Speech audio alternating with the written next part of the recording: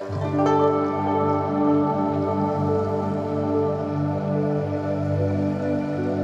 morning. We're in Campground Falls.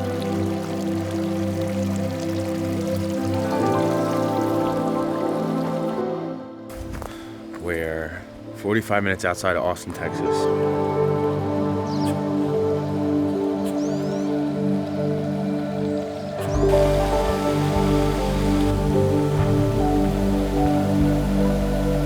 I'm on my way to do some yoga. I keep thinking about the sound of that river.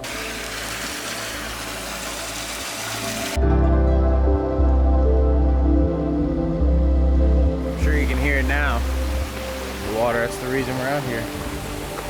Very calming.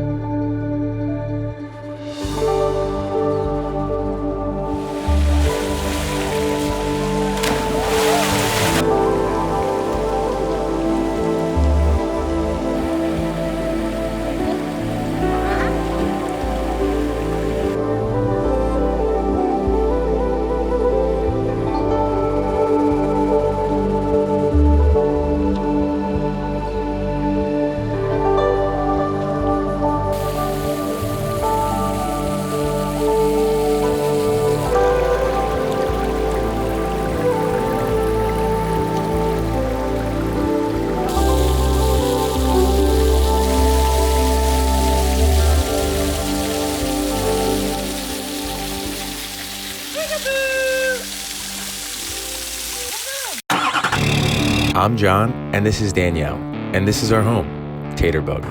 We've been bartending around the country in search of adventure for over a year now, and recently have found ourselves hauling around some very precious cargo. Meet Abraham. So subscribe and follow along to watch it all go down as we move around from town to town.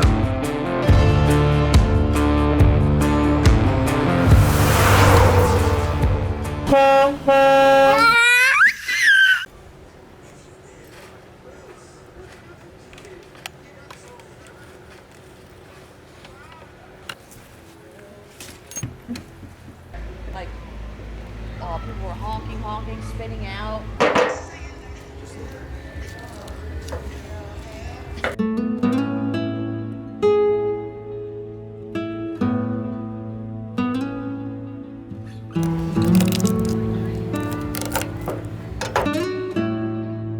You got best smile? I did. You got a really good smile. But I never really knew if it was a joke or not. It's not a joke. You got a great smile.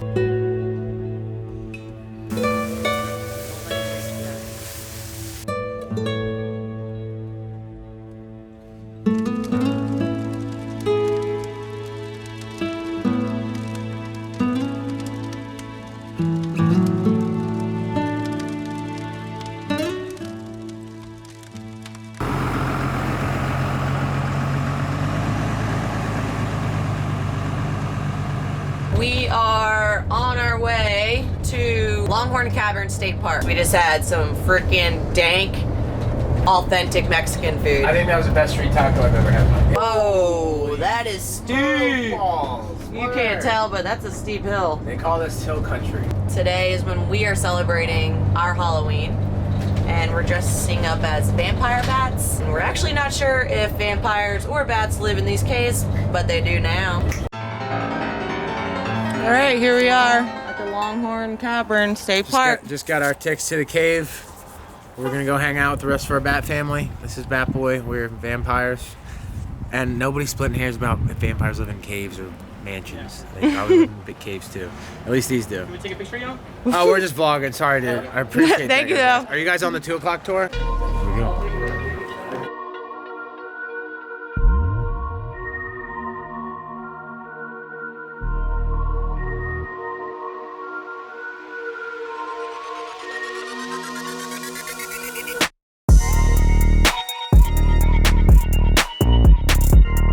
Hibernate here in the cave in the winter. When they are not hibernating, like right now, they're not hibernating yet. They will go out.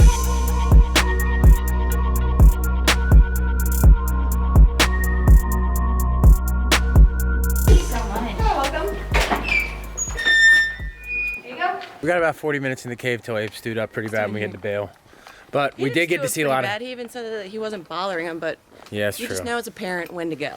Yeah, that's true. we felt him winding up and he was over. It was dark. He wanted to play with all the rocks in there. You're not allowed to touch him. He wanted to hang upside down with the bats. You can't do that here. But the cave was awesome, very interesting, beautiful. Saw some geodes. Learned about, you know, a girl that got kidnapped down there. Learned about concerts that they have down there. The acoustics are great. Zed played down there. You're so tough, Abraham. Hey, you got a cactus stuck in him.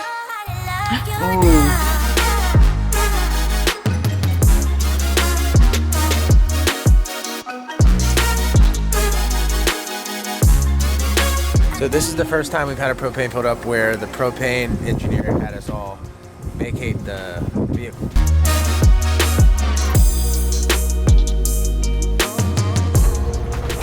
Babe, what do you think? You're getting a hand of these campground maps yet? I mean, they're hand drawn. They're not all the best. I know. Campsites 1 through 40 on the left, 41 through 84. We're number 59. Our new digs. This is the most space we've had ever. And it's space and it's naturally beautiful. There's no hokey RV signs or cameras on the trees. Look at that deer right there. It's right there walking through. No problem.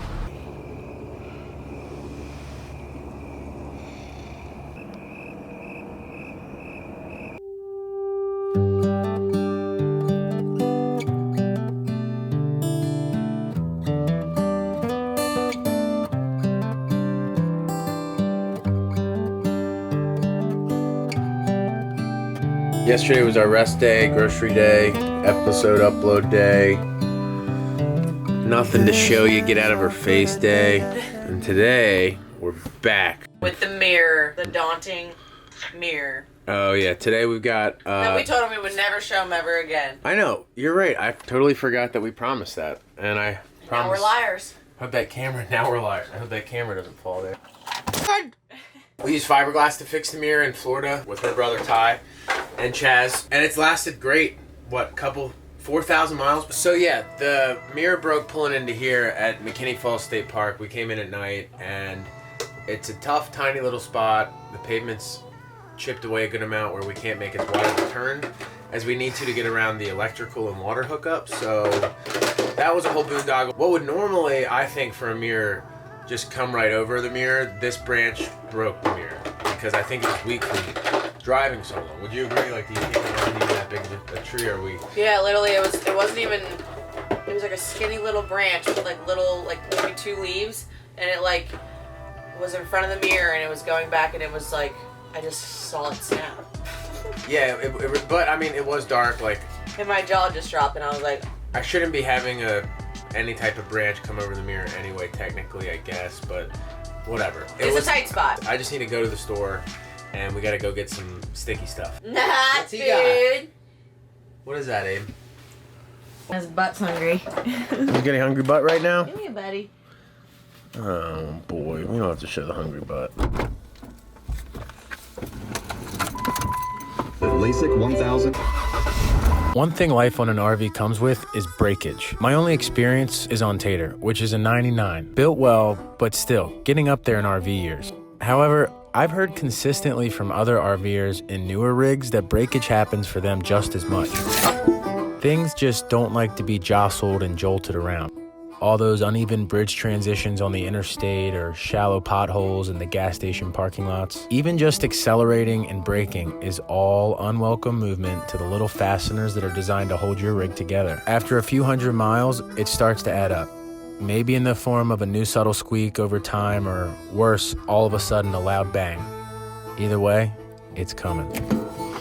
Staying on top of routine maintenance is a challenge in itself. Add that to all of the unexpected breakage, and you can sometimes feel a bit paranoid about what's next. Although Tater has had his fair share of cracks, chips, and ruptures, it's all solved eventually, and then we're on to the next adventure. I guess what I'm saying is, stay on top of your stuff, but don't beat yourself up too bad when you didn't see it coming. Speaking of on to the next adventure, by the way, chore time is over, and it's time to wash off all this caulk and grease.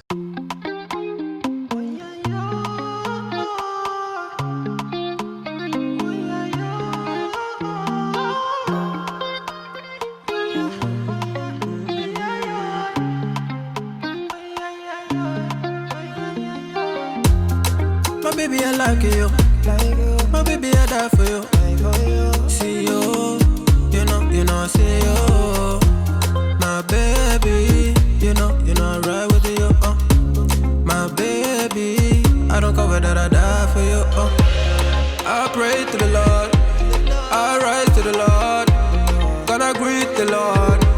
I pray to the Lord. Pulled off at McKinney Falls today, washed off all the dirt and grime from the chores we did earlier.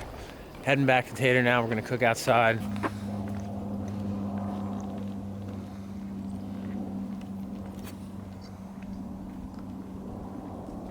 I wanna cook outside, so I'd like to cook something local. I'd like to cook something from the land. I'm gonna check out this local meat market. Maybe they've got something interesting we can fire up.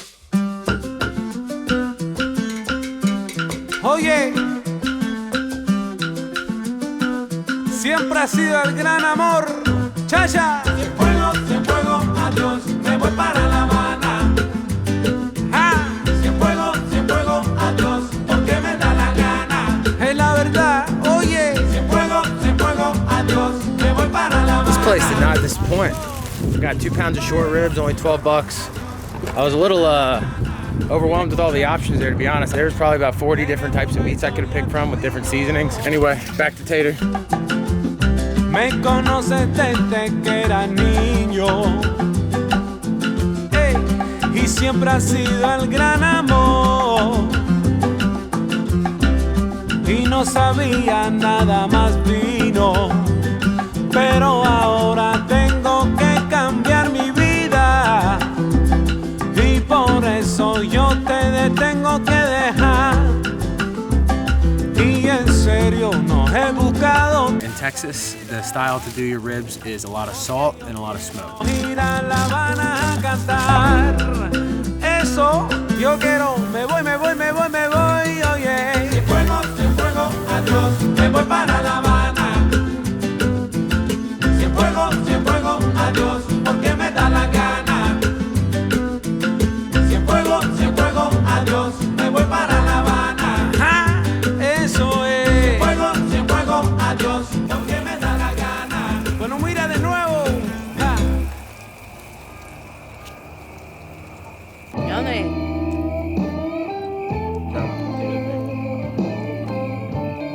How are the potatoes and the ribs, babe? Ribs came out good? Saucy. Were you a little skeptical about the ribs at first? I was. Yeah, what'd you tell me? You just wanted me to make sure I was cooking them. I said, I'm not eating that. We are going to the Oasis. It's a Mexican restaurant. It's on Lake Travis here in Austin, Texas. It's calling me, like the rainbow. It's calling me, like the rainbow. The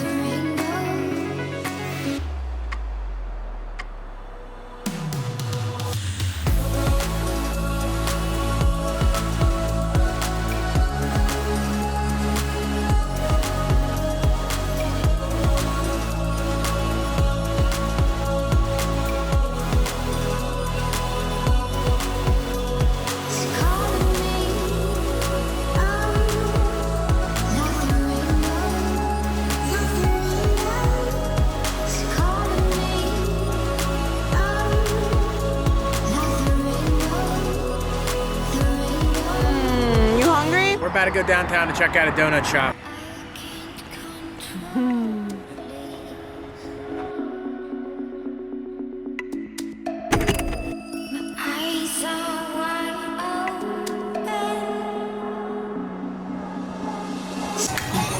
I see it.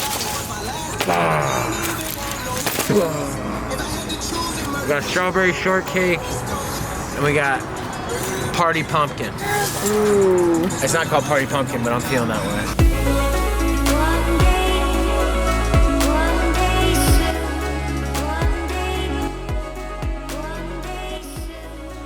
Those donuts were delicious. We ate all of them.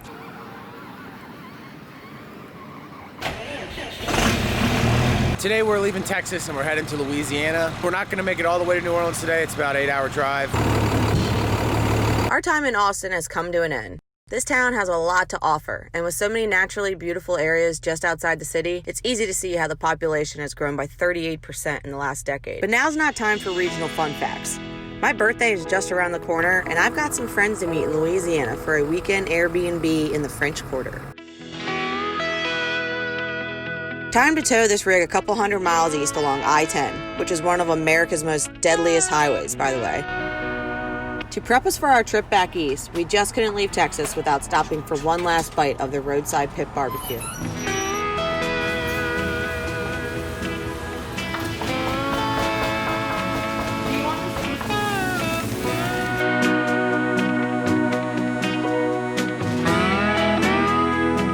After a couple hundred miles, we started to lose our daylight, and so we found a local park on Compendium to boondock about an hour from the Louisiana border. We are here at a little park that Danielle found on Campendium in Beaufort, Texas, Beaumont. Abraham's very excited to have some open yardage to run around in without a bunch of fire ants. We're gonna talk about the fire ants at the state park. Look, he's out, dude. He wants nothing to do with us. Go ahead, man. Find your own way. See you next week in Louisiana. If you haven't yet, subscribe to our channel to stay up on all our Thorn Bailey boondoggles. Click the bell to get a notification from YouTube when our episodes drop, which is every Sunday. And good news. Next week, we have drone and GoPro footage again. Never trust an external hard drive.